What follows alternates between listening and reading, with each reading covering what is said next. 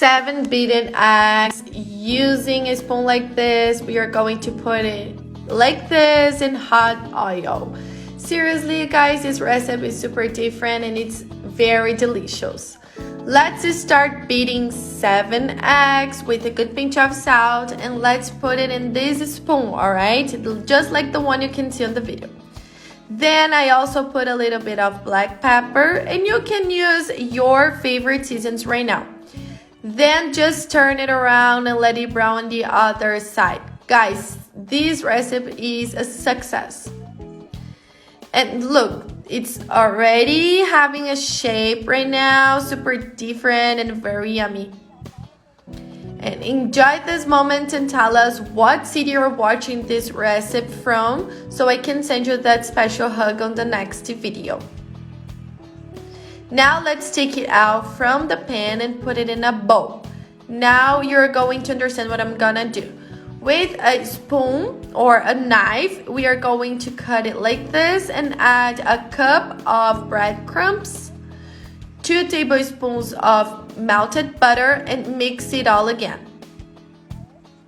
It looks weird, guys, but it's very delicious. Now 1 chopped onion, parsley and green onion to taste. And here, if you want to use your favorite seasons, guys, you can do it, okay? Now it's the time. Our egg is gonna be like this, all right? The breadcrumbs helps it to be released, you know. And if you don't want to use the green onion and the parsley, you can just replace it.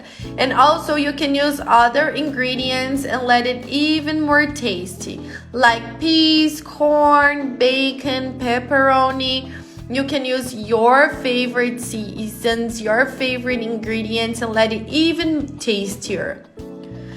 Tell me down here if you had already seen egg done like this, because I had never seen before, and this recipe really surprised me positively because, guys, it's a fried egg, of course, but totally different with an irresistible flavor, and the way you're making it is super nice as well.